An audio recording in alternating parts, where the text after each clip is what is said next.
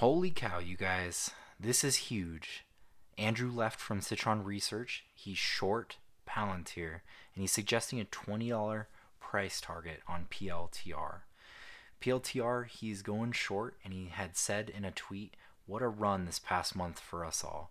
But as traders looking for short exposure, PLTR is no longer a stock but a full casino. It does not take a crystal ball. It does not take a ball of crystal to know this will fall back to ARDA, and ARDA is Earth, and this is crazy. So 38% would be the price drop from where we're trading now to his $20 price target. So I'm curious if you think we'll be there, between now and the end of the year. I'm going to say we should look at the charts and find out. And then after, I'm going to show my position and how I decided to trade not only this news, but based on the price action I've been seeing. So let's take a peek at Thinkorswim, and we'll take a look at the chart, see what we got going on here. And you can see we're in Palantir. We're on the daily chart, and our trend lines are still intact. So I think this is really key to watch. Is you can see this trend line here that has provided some resistance. It is now going to be a support trend line. So as we start to approach this, maybe next week or so, you should be looking around that $23, maybe to $24 price target, because that's where this trend line will be headed, and that should be a possible support level. My thinking is that maybe this could be an area, but like we said, look between this trend line. So we'll see how that price action looks next week. His talk about a $20 price target, although significant, I do see that if this is a full-blown casino like what he's talking about, and we have a big drop, actually the real key levels where I would be a very big buyer is in the 16 to 17 and a half price range. This right here provides a lot of support. It's a great area to be in a good long-term quality stock. So I am a fan of that. I think that's worth discovering. And as we kind of mess around a little bit more, I'll go in the drawings. Just for fun, let's look at maybe some Fibonacci retracements just to get some ideas. So I'm going to go to the high here. I think I was just a hair off, but we'll go to the low as well. And let's just see what we're looking at here. So this is interesting. Let me right click. And I'm just going to edit this really fast. Oop, it didn't let me. Right click, edit. That way we can kind of see this a little better. Set color for all curves. And let's go, I don't know. No, that's terrible. Let's go like a bluish. Okay, that's a lot easier. Alright, so a couple key levels usually. You want to look at the 50% retracement, which actually does put us near that $20 to $21 price range. So again, potential support here.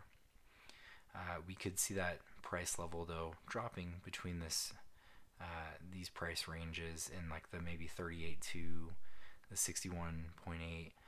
So these are key levels that you can always kind of reference or look at, but they don't ever mean that that's exactly where support is going to fall. So I'm always saying that price action and volume tells you more than any type of indicators that we're looking at, and I think that's really key to watch. So whoops, let me get out of that.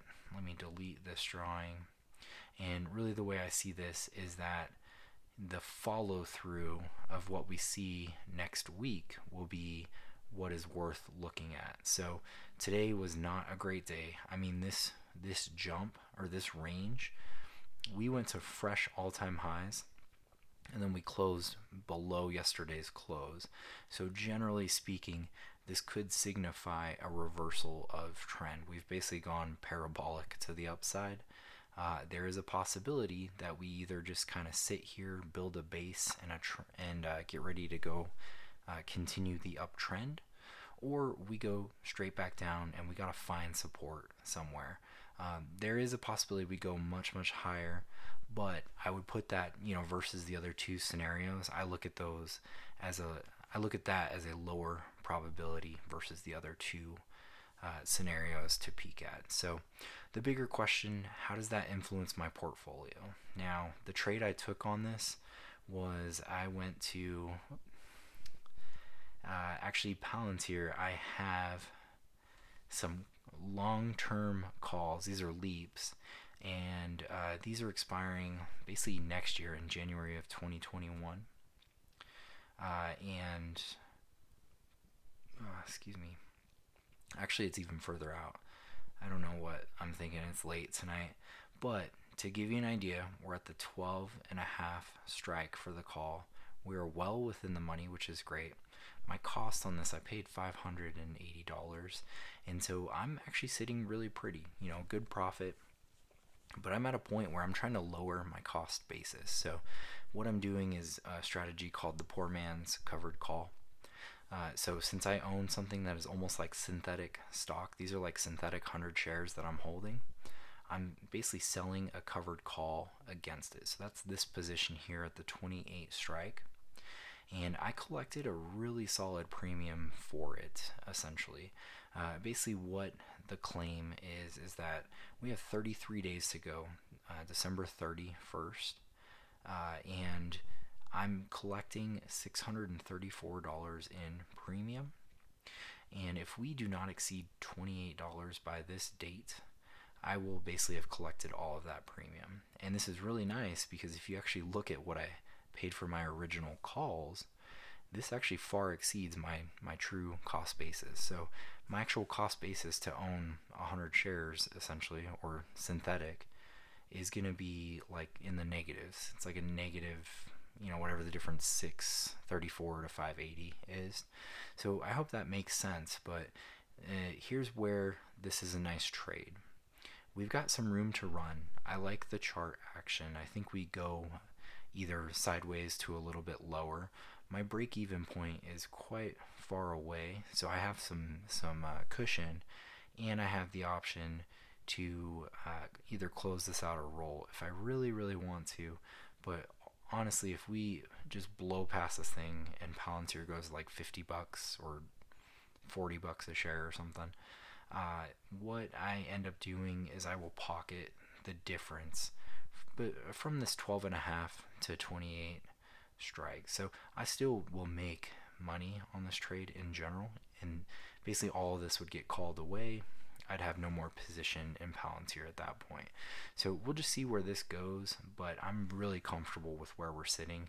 And to top this off, I'm looking at the overall market, and I see quite a bit of choppy action. I'm in the SPY here, the S&P 500. You can see we're approaching, again, all-time highs, and we are sort of lagging a lot. You can see these really indecisive days. We've had at least a week, I'd argue even about 2 weeks of indecision, and it's taken one day to get way up here, or to drop, and then it's taken like 3 to 2 weeks to even like get near that and overcome it. So that's telling me we're kind of reaching exhaustion at the top, and there's a higher opportunity maybe for a drop than higher pricing. We need sort of a catalyst to shoot us higher, and I don't know what that would be. There's a lot of uncertainty out there at the moment, but you never know. We could have really low unemployment numbers or something. Maybe stimulus does magically get passed. I don't think that's until later, honestly, but that's kind of where I'm at. So I'm curious, what do you guys think here? Let us know here at Options Premium Daily. I'm John, and I just want to know what your thoughts are on the market currently and what you want to trade and what you think Palantir is going to do. So with that being said, I will leave you to it. Enjoy yourself and happy trading.